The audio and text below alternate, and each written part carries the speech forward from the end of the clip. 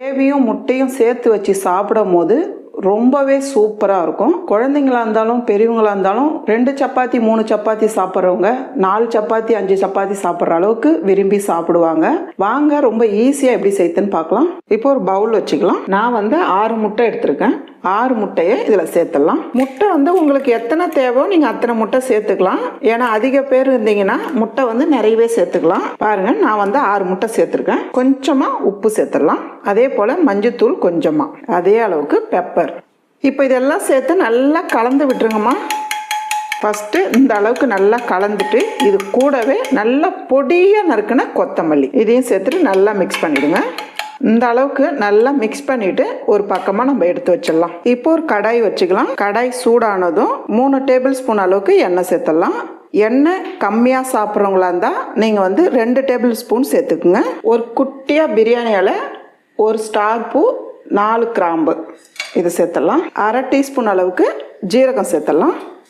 இது கூடவே 4 பெரிய வெங்காயம் பொடியாக நறுக்கியிருக்கேன், இதை சேர்த்துடலாம். வெங்காயம் சேர்த்து ஃபஸ்ட்டு நல்லா வதக்கிடுங்கம்மா.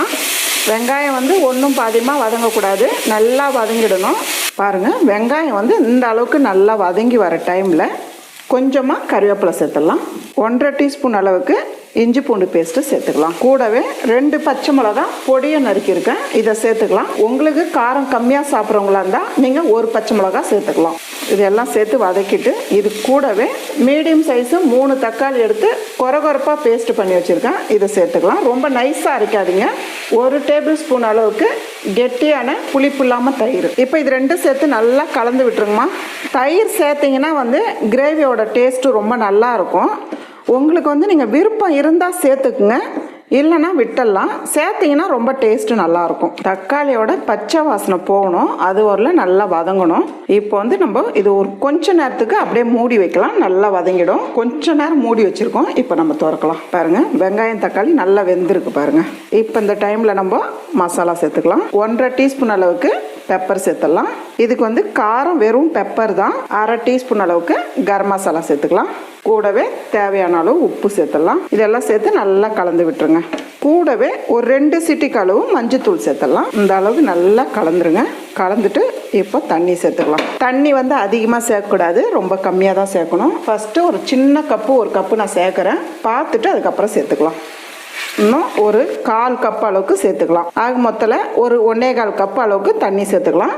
இந்த அளவுக்கு இருந்தால் தான் நமக்கு சப்பாத்தி கூட அதே போல் ரைஸுக்கு சைட் டிஷ்ஷாக வச்சு சாப்பிட்றதுக்கு இதுக்கெல்லாம் நல்லாயிருக்கும். இந்த அளவுக்கு நல்லா கலந்து விட்டுட்டு இப்போ 2லேருந்து ஒரு 3 நிமிஷத்துக்கு மூடி வைக்கலாம். அடுப்பத்தையே ஃபுல்லாக குறைச்சி வச்சுடுங்க. இப்போ இந்த டைமில் இப்போ ஒரு தவா வச்சுக்கலாம். தவா சூடானதும் 2 டீஸ்பூன் அளவுக்கு எண்ணெய் சேர்த்துடலாம். எண்ணெய் சூடானதும் அரை டீஸ்பூன் அளவுக்கு கடுகு சேர்த்துடலாம்.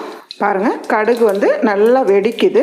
இந்த டைமில் நம்ம கலக்கி வச்ச முட்டையை சேர்த்துக்கலாம். முட்டை சேர்த்துட்டு அடுப்பு தீ குறைச்சி வச்சுடுங்க, ஏன்னா அடிபாகம் டக்குன்னு கருகிடும். கொஞ்ச நேரம் வெந்ததுக்கப்புறம் திருப்பி விடலாம். பாருங்கள், இப்போ சுற்றி வெந்திருக்கு. இப்போ நம்ம அப்படியே திருப்பி விடலாம். இது ஆம்லேட் கிடையாது, நம்ம பொடி மாசா தான் ஆக போகிறோம்.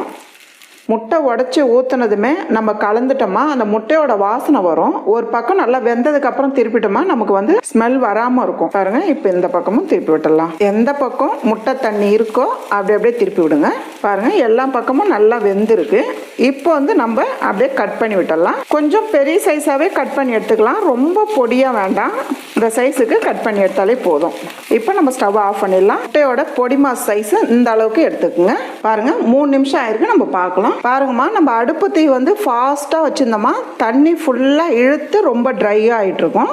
நம்ம ஃபுல்லாக குறைச்சி வச்சதுனால நல்லா தண்ணி மீடியமான அளவில் குறைஞ்சி வழவழப்பாக இருக்குது பாருங்கள். இப்போ நம்ம முட்டை பொடி மாஸ் பண்ணி வச்சுருக்கோம், இதில் சேர்த்துடலாம். இதை சேர்த்துட்டு நல்லா கலந்து விட்டுருங்க.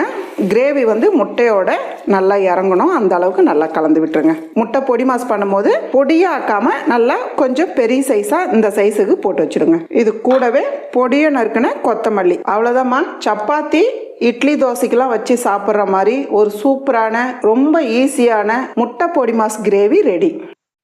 தேங்க்யூ. Bye mode.